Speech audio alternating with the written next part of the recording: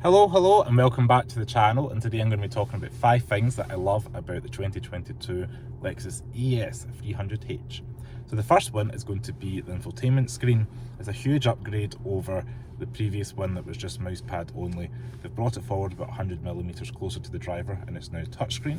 It just means it's so much easier to use. You can do things like your climate, you can get to your maps, your audio, etc. without having to use the little pad, which is a little bit of a bonus. I also like the fact you get things like Apple CarPlay is now included in the newer screen, newer system.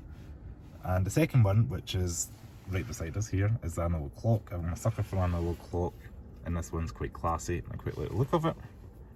The third one is the driver's gauge. In the Sport trim, you do get the manually adjustable, the adjustable gauge, which is LFA inspired. However, how many cars do you know that actually has a bezel that physically moves? I think that's quite cool when Lexus do that. The fourth thing I love about the ES is going to be the overall build quality. I said all the materials might not be most premium places, like they could have put a bit of felt in there. It does feel well built, and not really any squeaks or rattles in the cabin. And having owned a few Lexus products, and I've currently got a 2004 SE430 with about 140 odd thousand miles on it, that still doesn't squeak and rattle.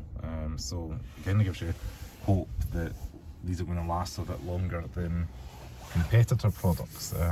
Lexus typically did fare well on the reliability score here in the UK. And the fifth thing I like is the headlights. This particular sport's got the LEDs that look like the Lexus LS. And one bonus one that I love about the ES is the fact that it comes with the Lexus Safety System Plus. So that means you get a whole host of safety features like your radar cruise, pedestrian detection, cyclist detection, all these good safety features that are just thrown in there to hopefully make your car safer on the road and the pedestrian and cyclist also safer. So I just want to say thanks very much for watching this video on the Lexus ES 300h. If you like this video, please give me a thumbs up, subscribe to the channel below, comment below if you get any questions, and I'll see you next video. Ciao.